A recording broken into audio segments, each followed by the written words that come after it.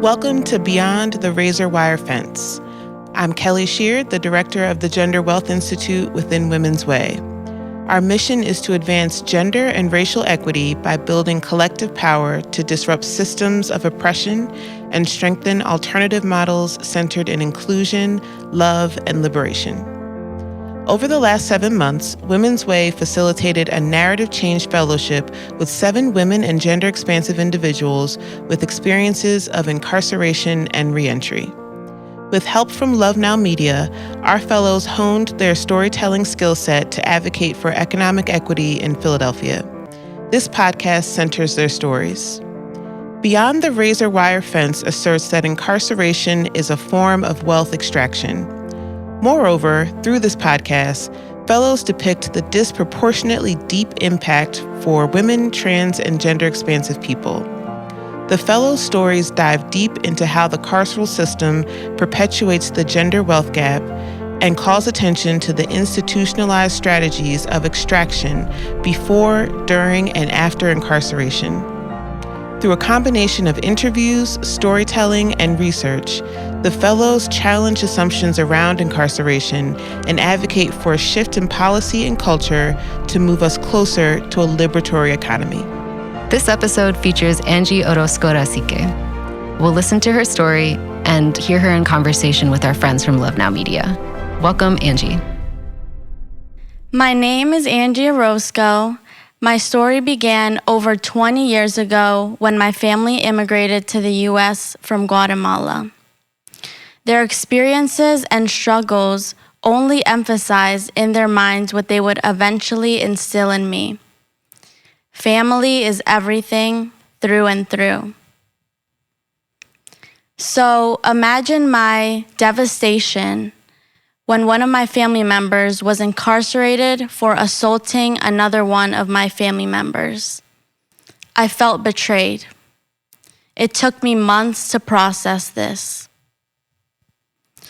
After a year of denial and anger, I decided to channel my emotions into a different avenue. One which would prevent other women and families from being hurt. I decided to become an advocate and took any chance I could to go further down this path. I became a peer educator at the Community College of Philadelphia to equip students with the tools to address domestic violence and sexual assault. I became a mentor for a variety of people, from those affiliated with Women Against Abuse to the Drexel Autism Institute. I started an organization called the Period Poverty Project at CCP to ensure that students have access to free reproductive health products. I found tranquility through my advocacy work, but discovered that there was more that I could do. My interest in the carceral system led me to join this fellowship with Women's Way. I had no idea what lay before me. Through the women I met in this fellowship, I came to learn that the carceral system was not designed with women's health, much less their dignity, in mind. I am now an advocate for prenatal and postnatal care, for pantries with a plethora of menstrual products, quality menstrual products, and comprehensive reproductive health justice for incarcerated women to dismantle the gender wealth gap. My call to action is to not turn a blind eye and to be a devoted advocate. Because as Dr. King said, injustice anywhere is a threat to justice everywhere. Thank you.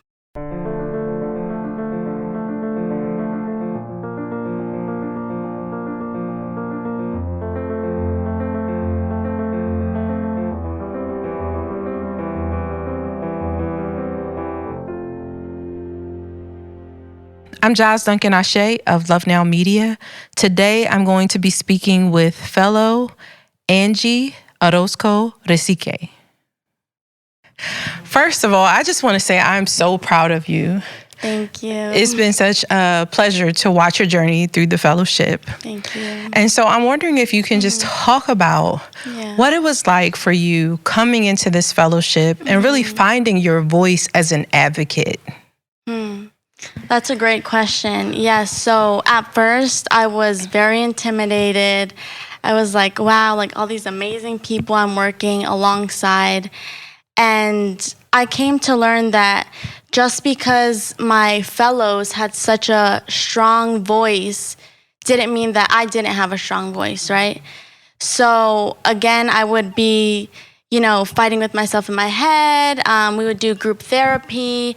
And through talking with the fellows, I found that they were rooting for me, deep down I was rooting for me. I'm like, you know what, it's okay.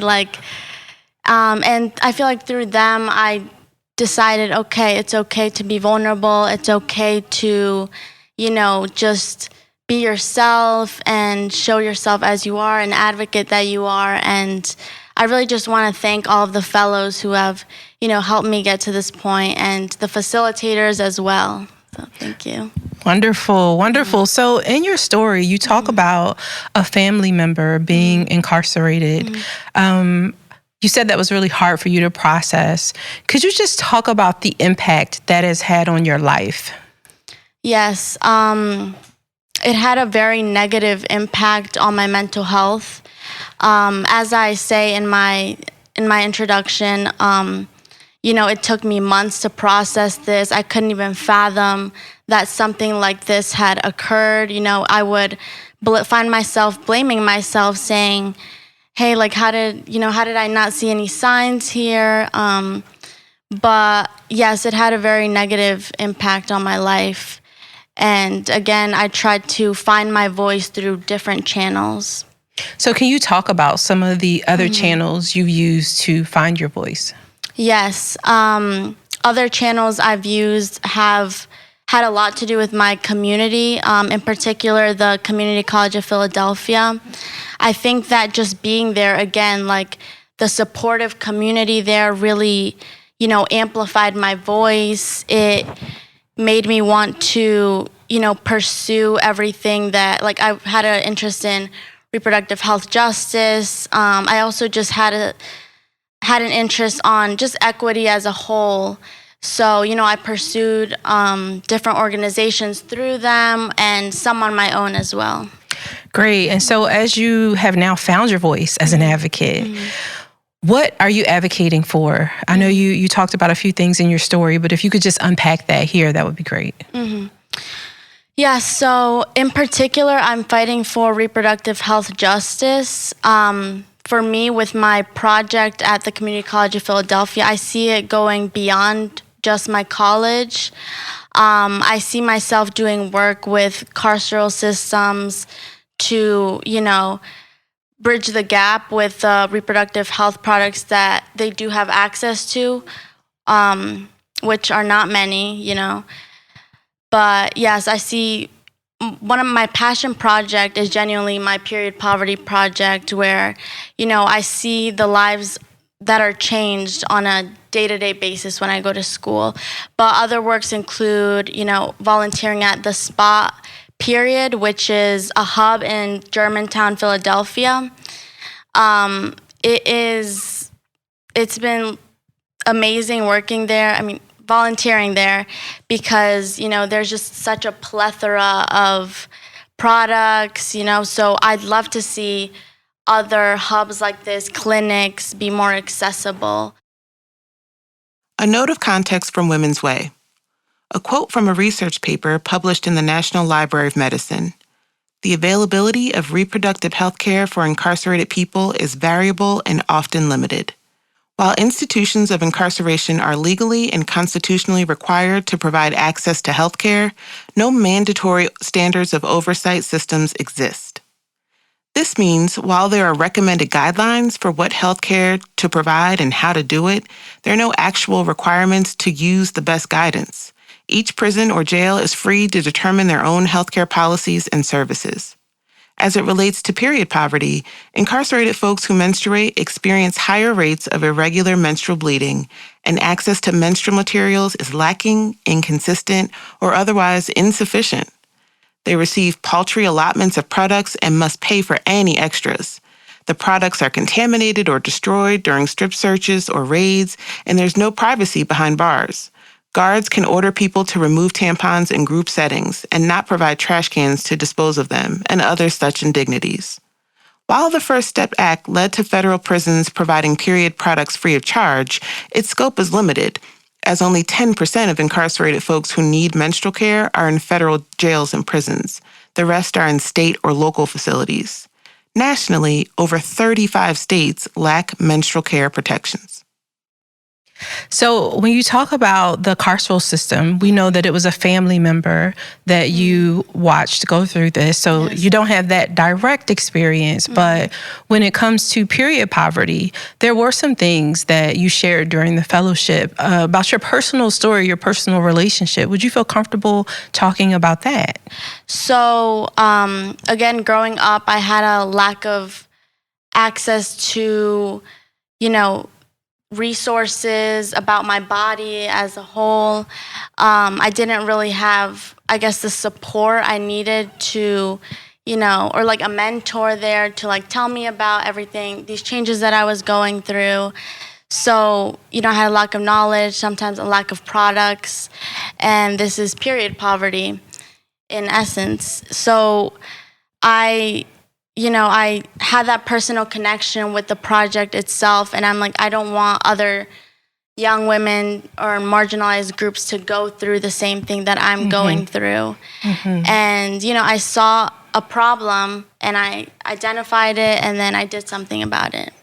So it's so fascinating to me to watch you say you had one very personal experience and then one indirect experience, and you have now combined those into an advocacy journey. So what would you say to someone who's considering being an advocate? There may be people out there who are going through things and they're interested in turning that into some kind of action, or there may be people who have watched their family members go through things. Well, what advice would you offer to someone who's thinking about being more active and being an advocate? Yeah, so, I've thought about this because I've had friends who have asked me the same thing.